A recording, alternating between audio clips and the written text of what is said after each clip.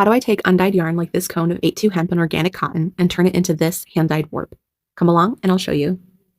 First, I wound all of the yarn I need for this warp into skeins on my skein winder. Each skein is tied securely in multiple places to keep the strands organized. I then scoured the yarn in a hot soda ash bath. This removes contaminants that would interfere with the dye bonding well to the fiber. I rinsed the yarn in softened water and hung it to air dry.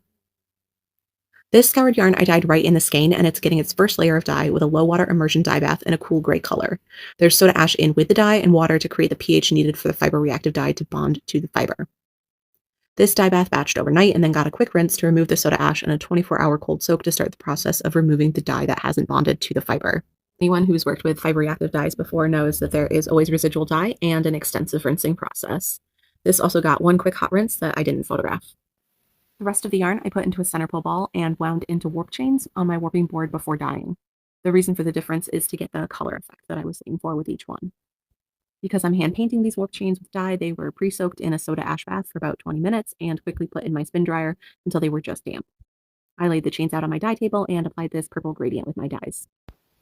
I repeated the pre-soaking process with the now rinsed gray skein, and then wearing a respirator, I applied dry dye powder mixed with soda ash powder to the yarn for a speckle dyed effect. Both batches of yarn were wrapped in plastic to keep them damp and laid out on a heat mat overnight. Just like before, the yarn got a quick rinse to remove the soda ash and neutralize the pH. This eliminates any further bonding of the dye to the fiber.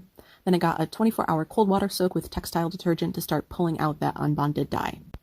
The gray skein looks a little scary right now after pulling it out of the cold soak, but never fear. That pink dye from the soak water isn't actually bonded to the fiber. Here we are at the stove, and look, so much better!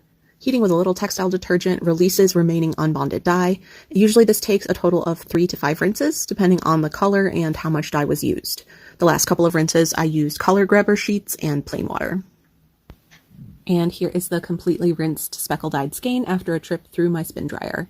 It's now ready to be hung up and to air dry. The gradient warp chains went through the same rinsing process. This is one of the first rinses, and you can see how much more color is being released in that water. And this is the last rinse, and you can see how clear the water is now that that dye has been removed. And now it's all ready to be air dried as well. Once dry, I wound the speckle dyed skein into a center pull ball, and then I wound it into warp chains on my warping board. And just like that, here are all of my hand-dyed warp chains ready to be put on my loom. Stay tuned to see what these become.